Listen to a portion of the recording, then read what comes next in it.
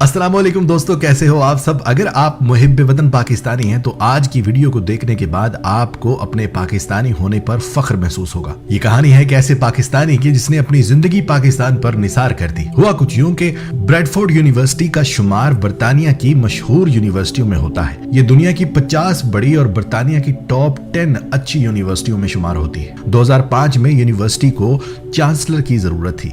पूरी दुनिया से 100 से ज्यादा स्कॉलर्स और बिजनेस मैनेजर्स को बुलाया गया, जिसमें ज्यादा तादाद बर्तानिया, अमेरिका और जर्मन स्कॉलर्स की थी। उस लिस्ट में पाकिस्तान और इंडिया में से सिर्फ एक बंदे को बुलाया गया। सिलेक्शन से पहले जर्मन साइंटिस्ट को चांसलर की सीट के लिए सबसे ज्यादा मजबूत उम्मीदवार करार दिया जा रहा था। मगर तमाम कहानी उस वक्त तब्दील हो गई जब टैलेंट, लीडरशिप, मॉडर्न स्टडीज पर बहस में पाकिस्तान नसाद ने दूसरे तमाम उम्मीदवारों को पीछे छोड़ दिया। उस हॉल में ब्रैडफोर्ड के तमाम डायरेक्टर्स खड़े होकर तालियां बजाने और दाद देने पर मजबूर हो गए। तब एक जर्मन साइंटिस्ट उस स्कॉलर के पास आया और कहा, इस पोस्ट पर तुम मुझसे ज्यादा काबिल बंदे हो। काबीना की अक्सरियत ने उस स्कॉलर को मुंतखब कर लिया और कहा, बोलो कितनी तनख्वाह लोगे। उसने तारीखी कलमात बोले, कहने लगा, मैं यहाँ बिजनेस के लिए नहीं आया। तालीम और पैसे का एक दूसरे से मवाजना नहीं किया जा सकता। मैं एक ऐसे मुल्क से हूँ जहाँ लोगों को तालीम की बुनियादी सहूलियात नहीं है। हमारे पैसे वाले लोग दूसरे ममालिक में जाकर तालीम हासिल करते हैं,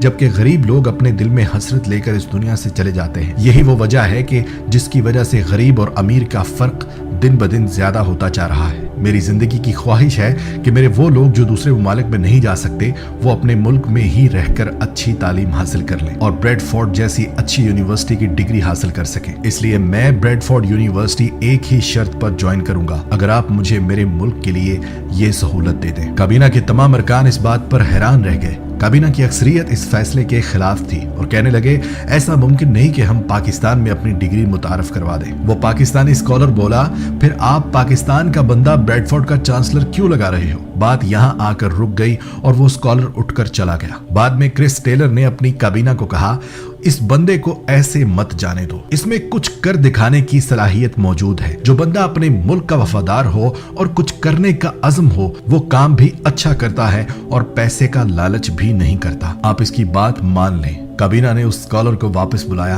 और कहा, आपकी तमाम बातें मंजूर हैं, आप ही ब्रैडफोर्ड के चांसलर बनेंगे। आप पाकिस्तान में जहां चाहते हैं कैंपस बना सकते हैं। वो स्कॉलर 9 साल तक ब्रैडफोर्ड का चांसलर रहा। 1986 के बाद ये पहला मौका है कि कोई बंदा इतने ज्यादा अरसे के लिए चांसलर बना। उस दौरान उसने पाकिस्तान में नमल यूनिवर्सिटी बनाई, जिसमें पढ़ने वाले तालिब इल्मों को वही डिग्री मिलती है जो बर्तानिया में करोड़ों रुपए खर्च करके ब्रैडफोर्ड यूनिवर्सिटी में डिग्री हासिल करने वालों को मिलती है। उस शख्स का नाम इमरान खान है। वो मुनाफिक खान, तालिबान खान, यहूदी एजेंट और गद्दार सियासतदान के तौर पर जाना जाता है। मगर मैं अपनी जिंदगी में ऐसा पहला मुनाफिक बंदा देख रहा हूं जो पैसे का लालच नहीं करता, और ऐसा पहला गद्दार देख रहा हूं जो मुल्क के बाहर जाकर भी पैसे पर अपने मुल्क को तरजीह देता है। अगर किसी को ये मन घड़त कहानी लगे तो कैप्शन में मैंने 2 लिंक पेस्ट किए हैं जिस पर पूरी तारीख छाप दी गई है। आप जाकर रिसर्च जरूर कीजिएगा। आप जान जाएंगे कि नमल यूनिवर्सिटी का ब्रैडफोर्ड यूनिवर्सिटी से इल्हाक है,